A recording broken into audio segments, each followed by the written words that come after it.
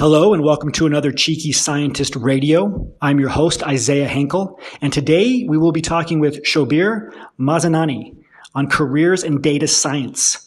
As always, if you want to learn more about transitioning into an industry career, go to phdsgethired.com, put in your name and email address, and we will send you free information on our blueprint for transitioning into industry, as well as how to access our 4,000 plus member private PhD only job referral network. Again, just go to phdsgethired.com. If you want to get access to our free blog articles and podcasts and have them sent to you every week by email, just go to cheekyscientist.com and sign up on our homepage. And finally, if you want to listen to all of our podcasts, you can find us on iTunes just by searching Cheeky Scientist Radio, and you can subscribe to us on iTunes and get all of our new podcasts every week. So again, we will be talking with Shobeir Mazinani today on careers in data science, starting now. Specializes in solving problems regarding various subjects ranging from renewable energies to molecular electronics. He obtained his Ph.D. from the School of Molecular Sciences at Arizona State University in 2015. And he has also worked as a consultant, technology scouter, and instructor. Currently, he is a data scientist at American Traffic Solutions, helping save lives by making roads safer and processes smarter. So very excited to have you on, Shabbir. Thank you. Very excited to be here, and thank you guys for your patience. No problem. So we got video, we got audio. What more could you want? And I'm really excited to talk to you today because I believe this is our first data scientist interview where we've had video, number one, and I think it's our first one where we've had an associate who's transitioned come back and really talk about the process. As you know, it's a very hot field. We have a lot of associates interested in it. So I thought what would be good to start is kind of maybe walking us through your transition process, as far back as why you decided to go into industry and why you decided to go into data science, and then quick rundown of what that process looked like for you. So basically, first of all, I had a background in computational studies, so I knew some programming. The key word is some. So I wasn't trained to be a software engineer or anything like that. And then on top of that, because I was mostly involved in quantum mechanics, I had a good background in terms of statistics and also linear algebra, which are the basics of machine learning to a very good degree. So those were the core competencies that I had that I could leverage later. But that being said, there were a lot of things that I didn't know, and I still don't know some of them. The way I started transitioning is at the end of my PhD, I knew I don't want to go towards the regular pathway of doing postdocs and then try to get a job in academia. And then when I joined the association and started going through the material to narrow down what I want to become, those material actually really helped that soul searching part in which these are the type of activities I want to do. So I knew I wanted to, I liked computer, I liked kind of trying to come up with solutions, but at the same time, it was about, I want to interact. I want to be able to communicate results. I don't want to sit behind a monitor and try to just type in codes all day. So those helped me to actually get into this idea of transitioning to data science, not just because it's a hot field, but the other part that made me really interested is I believe AI and machine learning at this point is pretty much the way physics were at the beginning of the 20th century with all the quantum mechanic revolution and stuff. And I felt I want to be a part of it. So I was excited, so I jumped in. The way I transitioned is I took some online courses and I started reading on my own. I did a lot of mistakes. I started, which I will talk about them, but I took some courses, but online courses are very good, but they're not enough at all because a lot of things that we need, they have very curated data sets and very clean cut questions. That's not really what you usually see in real world problems. So I started doing some consultation gigs, which gave me the opportunity to solve many different problems from people's homeworks sometimes in machine learning, to very different problems, such as, I solved the problem about how to predict what horse is going to win in a horse racing competition in Hong Kong. Huh. So wow. I could have never seen something like that, but so that gave me the opportunity to, first of all, come up with practices of how to evaluate my own work and find out where are the locations that I need to work more. So that's the way I transitioned. It took me a year almost, but I kind of kept doing it in a recursive way and an iterative way, and that's how I got it. No, I think that, and there's a lot of great takeaways there, so I appreciate you sharing that. For those of you listening, the first thing that Shobeir did, and he made a great point here, one that I failed to make earlier, was that he didn't go into data science because it was just a hot job. And we have a lot of PhDs that make that mistake, right? Whether it's data scientist, medical science liaison, whatever it might be, for you. But instead, he looked at what he wanted to be doing on a daily basis and asking that question, and as practical as you can get. Like, I don't want to be staring at a computer screen only, or behind a lab bench only, whatever it might be. I want to travel, I don't want to travel, these kind of things. You really need to ask yourself this question to make sure the position is a good fit for you. And this is also where informational interviews can come in handy. We haven't talked about that yet, but if you don't know what a specific position is going to require on a day-to-day basis, ask people. And then the other great takeaway is that Shobeir found a way to get experience, like real-world experience, right? Not just didactic learning, not just, some online course on some programming language or whatever it is, but he actually took on cases, essentially case studies from people, whether it's other people that he knew, like through networking, their homework or whatever it was. And that is a great, just a great example, because it takes initiative to do that. It takes thinking a little bit outside the box, and then actually valuing that real world experience, those real world case studies over whatever. And for a lot of you have studied for different types of exams, even to get into graduate school, right? Like the GRE or whatever.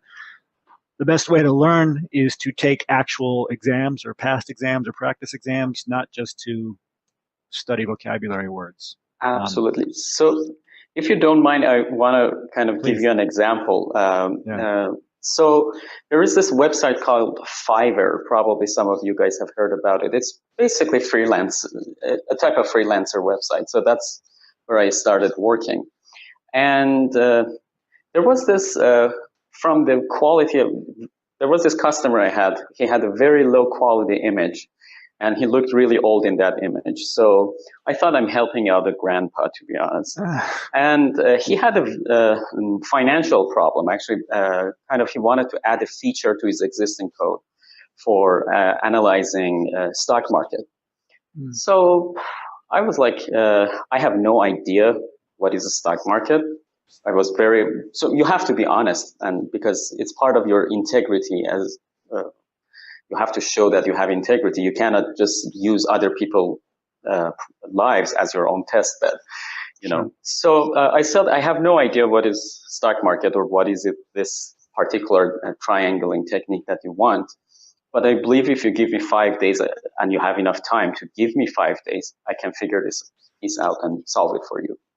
And he was nice enough to say, yeah, sure, go ahead. It took me actually less than a day to finish it. Which I got lucky, but I solved the problem for him, sent it to him, and we had a kind of very respectful conversations around the solution and things like that, and that was done. Around a month later, or 2 months after that, he sent me a basically message via that website and said, "Hey, Shabbir, I'm hiring for this position in this company I'm going. We haven't even posted the job posting. This is it. Do you want to talk about it? And this is my phone number." Wow. It turned out that the guy that I thought had no technical idea had worked for Microsoft for 15 years and was now working at the time was working for this new initiative for a Verizon company. Wow. And he offered me pretty much the position before even posting it. I started reading it. Honestly, Isaiah, it had 16 lines of requirements. and I only knew one of them.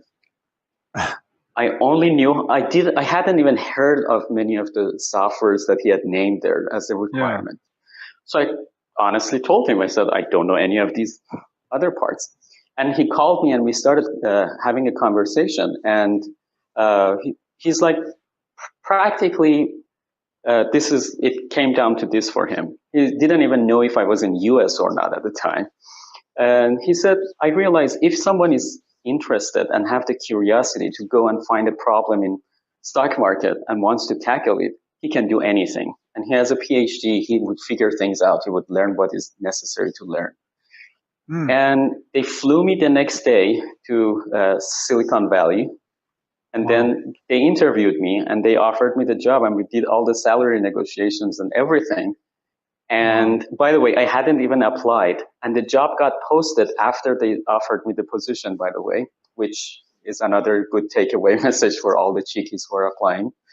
And the only reason I didn't get that job was that at the time, Verizon bought Yahoo and they froze all their new hires. So just to tell you, it has a lot of benefits in these regards as well. You start finding people in real positions that they can actually help you out get a job later. What a great story! One of the best I've heard, actually, and especially for this unique field. And for those of you listening, just to recap, I mean, you've heard a lot of themes that we talk about consistently. How networking can lead to job referrals very quickly. How you will hear about jobs first before they're even posted. How many jobs are filled internally or through referrals before they're even posted online. You just got a live example of that, straight from the horse's mouth, so to speak, since you brought up horses. And so I think that's really important. And what I love about this is that it was a unique way to increase his network. So Shobeir was looking to increase his skill set and his network at the same time. So he went to Fiverr, which is just like Elance used to be, or Upwork, or any of these sites where you can offer your services for free and for cheap, and really just offer them for, like Fiverr started because people would offer $5 services, inexpensive services to help you get some traction and some training. And sometimes we overthink it and we're like, well, I can't say I'm a consultant because I'm not working for like a management consultant firm. But you can do consulting, boutique type consulting, freelance type consulting, just like a lot of associates have done freelance type medical writing and stuff. And that will help build up your resume and your expertise and your confidence. And most importantly, like what happened to Shabbir, his network and his industry credibility. So just great insights. Yeah, wow, that was a great story. So let me just go back a little bit and try to define exactly what you do, right? So we talked about your transition. We talked about what your motivation was for it, figuring out what you wanted to do on a daily basis. What do you actually do on a daily basis? So if you had to say, an average week, a day, as practical as you can even be, I spend 2 hours programming, an hour here, or meetings or whatever. Maybe you can give us some insights. So in industry, I believe meetings are a big part of your day-to-day basis because the company has different basically groups, and all of them have to be aligned. So we generally spend probably during a week easily like 6 to 10 hours meetings, and it's very important to, by the way, set your expectations for the meetings. And there are a lot of things that you can use from your PhD days of how you try to, when collaborating with others, how to get everyone aligned, so that the project goes faster. You are going to use those later in industry. So like what? That's a good thing. So for example, I had done a lot of collaborations, and many of them were actually remotely. So groups across the globe, and you learn how to set agenda and expectations for the meeting so that it wouldn't just go on and people would talk. You just said, okay, this is what I want to get out of the meeting, and you communicate it. And when people see that you are valuing your time, they actually start respecting you more. So I did it in my PhD collaborations. Now I'm doing it in industry. It's all the same. Then a lot of it is how to define the project. So we are actually in our team doing exactly a scientific process of solving a problem. First of all, we do descriptive analysis, looking at the statistics of what is the distribution of different, depending on the problem that we have, describe the problem, and then write the requirements, write down your assumptions, test your assumptions, and put a plan to get to it. And then you have a lot of data cleaning, because you get the data, it has noise in it, which means you have to spend a considerable amount of time actually what we call data scrubbing. It's finding the inconsistencies. Is the data that you have even trustworthy? Bringing data from other sources to make sure and kind of overlay different dimensions of data sets from other different sources. And this part takes the majority of your time in some degrees, and then spend time to actually write the solution and look at the data and get the insight. That's usually the shortest part of your day, but it's the most exciting part. So basically, if we say we have a 40-hour day, 40 hours, sorry, I wish I had 40-hour day, 40-hour week, then I would say 10 hours of it goes to meetings, 20 hours goes into data cleaning and doing the initial descriptive analysis. Then another 5 hours is probably going into basically writing the actual solution, the codes. And then the rest of it is all about basically testing it and reevaluating it. And then on top of that, try to make an PowerPoint so that you can communicate it well to the stakeholders. So it's a lot closer to what we did in PhD times, but the only biggest difference I can see is that you pick problems that are meaningful to the business, not just because they're interesting to you. It should drive money. It should drive value to the business as well. Value, yeah, I think that's the right word, because the business has a set of objectives they're trying to achieve, right? And it's not just, as you said, knowledge for knowledge's sake. It could be they want to increase revenue, decrease expenses. It could be they want to bring on more users, whatever it might be, right? And Absolutely. So what you're doing has to be aligned with that, which is a bit different. You brought up a couple of things, and I just wanted to dig into them for people who don't know, especially because every industry has its own nomenclature, right? So you talk about data cleaning, descriptive analysis. Maybe you can talk a little bit about those for people who have no clue in this field, but they're interested. Sure. So basically, so imagine I would put it in kind of more scientific. I wasn't an experimentalist, so for the experimentalists out there, I'm sorry if I don't make sense. But this was my understanding of what you guys were doing during my PhD. So I'm sorry about that. So you run an experiment. You get a bunch of data points, a bunch of results. For example, you look at, a spectrum, an IR spectrum for a material or something. So you get all the data. What is the first thing that you do? You start making sure that does the data make sense to you? For example, you put some standards to make sure that the machine is calibrated and stuff like that. The data cleaning part of it is that you are trying to make sure that your data makes sense. There's no flaws in it. The other part of it, which is a lot more common, is that in real world issues, we don't always have data for everything. For example, imagine we have sensors or cameras 24/7 in the streets over the span of like 7 years. They're bound to be failure, like equipment failure. A bird can come and sit on the camera and block the view so we don't get any counts for a day. So there are a lot of missing, for example, data points. You have to investigate that and make sure that those missing data points and stuff, how are you going to handle it? And making decisions based on how you're going to handle it can actually sometimes even change the result that you're getting.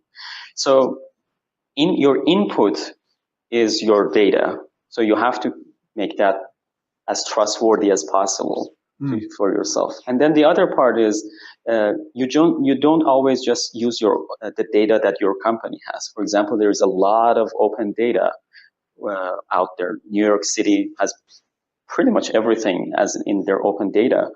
So if I want to do an analysis for New York City, I would dig into that. But their nomenclature, the dimensions that the data have is not probably similar to what I have. So what I have to do is I have to combine those two data sets and bring all those information together. So that's the data cleaning part. The descriptive analysis is exactly what every scientist do. You want to describe what is your current scenario. So there is this framework that a lot of times I try to use. It's that what is it that needs to be changed? What is it that we need to change it to? How am I going to make this change happen? So I usually try to structure my problem into something like that. No, that's very helpful. And I think for a lot of you listening, it helps you get, grasp some of the specifics of this field, right? And I'm sure you work with a lot of different type of individuals. You talked about a little bit of cross-functional work that you have to do, right? The collaborations. Who are some of these people that you work with, I would say, cross-functionally or laterally? Do you work with a lot of analysts? Do you work with a lot of experimentalists, like you said? Maybe you can talk about that a bit. Sure. It's very different. So a lot of times I work with, usually with the VP of the company, of different business units and their senior vice presidents and vice presidents of the company or the middle management. So our team is called, basically I'm part of an advanced analytics team. Basically, whenever they have a problem that sometimes they don't even know how to define it, or their usual methods kind of didn't give them any results. They just throw it at our team and say, do you guys want to pick it? The beauty of our team is that we have the luxury of choosing which problems we want to solve. So this is kind of one of the unique reasons that I chose the current position, because it gives me the opportunity to actually pick. But a lot of times there are people who are very good at mathematics, which makes communication easier. But there are a lot of situations in which we go to a city, for example, and have a meeting with city officials. There is someone there who is an engineer, traffic engineer, who knows kind of numbers about these things. But we have people who are from normal walks of life. So you have to make sure that you communicate things to everyone so that everyone understands it. So what I have for you guys is, in case you are not happy with basically transferring insights and knowledge to laymen, as we kind of sometimes term them, this might not necessarily be a good fit for you. You should. So communication skills is a big transferable skill. Absolutely. And so you basically need to be able to dig into the complex data and then to be able to communicate them to all different laymen or other specialists in other areas, right?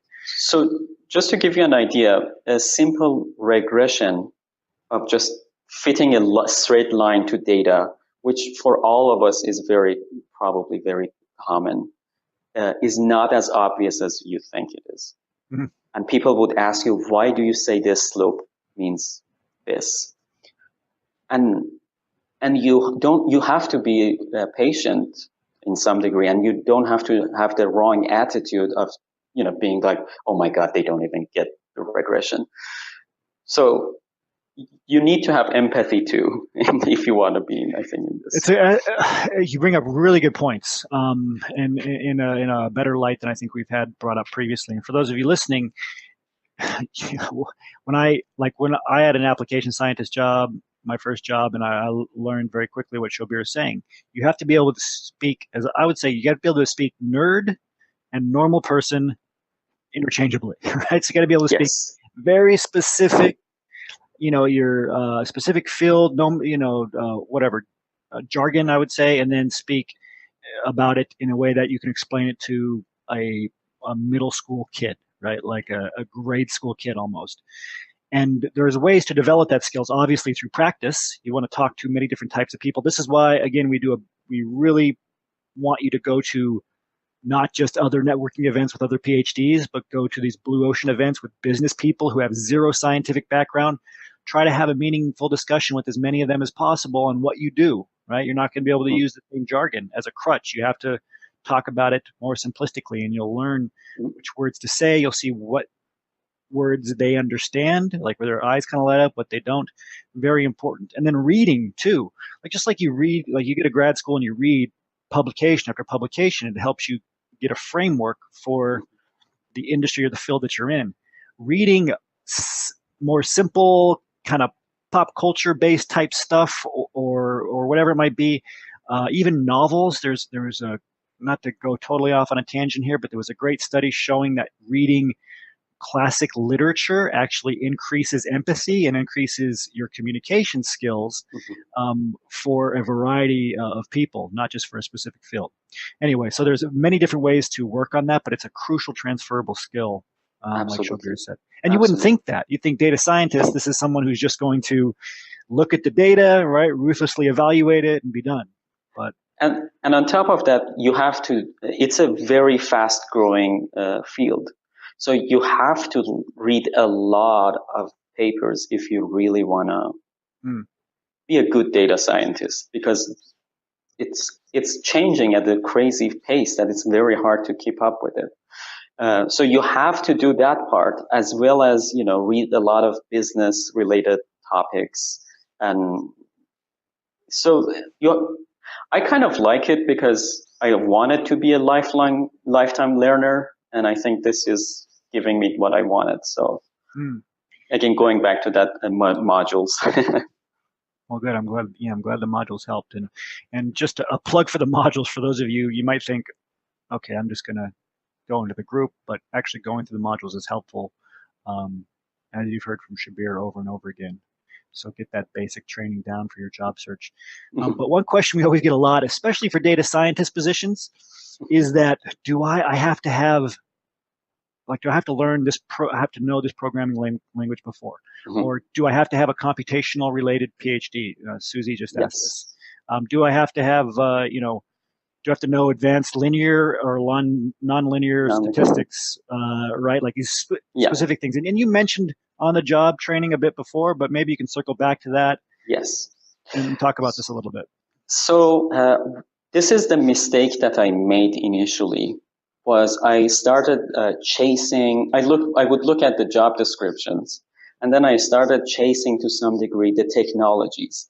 So today people, I would see like, oh, most of the job openings today are talking about our programming language. Tomorrow it was Python. The day after it was Scala. And I got overwhelmed because I was trying to learn all of them and it's impossible to do. Now, that's one thing. Then towards the very end of my search, I found a mentor who we used to go to the same grad school, same undergrad, and now she was a data scientist at Google. So very matured in the field. And I basically started talking with her as an informational type of interview. And she said, go back, the programmings and things like that you can learn. This takes us to the end of this Cheeky Scientist radio podcast episode that you have been listening to. Thank you for listening. If you enjoyed this episode, please go to iTunes and leave a review and let us know what you would like to hear more of. If you're interested in transitioning into industry, go to phdsgethired.com and enter your name and email address, and we will give you information about our PhD job search blueprint, specifically for PhDs who want to transition into industry, as well as our PhD-only 4,000-plus member private job referral network. Again, go to phdsgethired.com and enter your name and email address now. As always, remember your value as a PhD and start thinking and acting like a successful industry professional.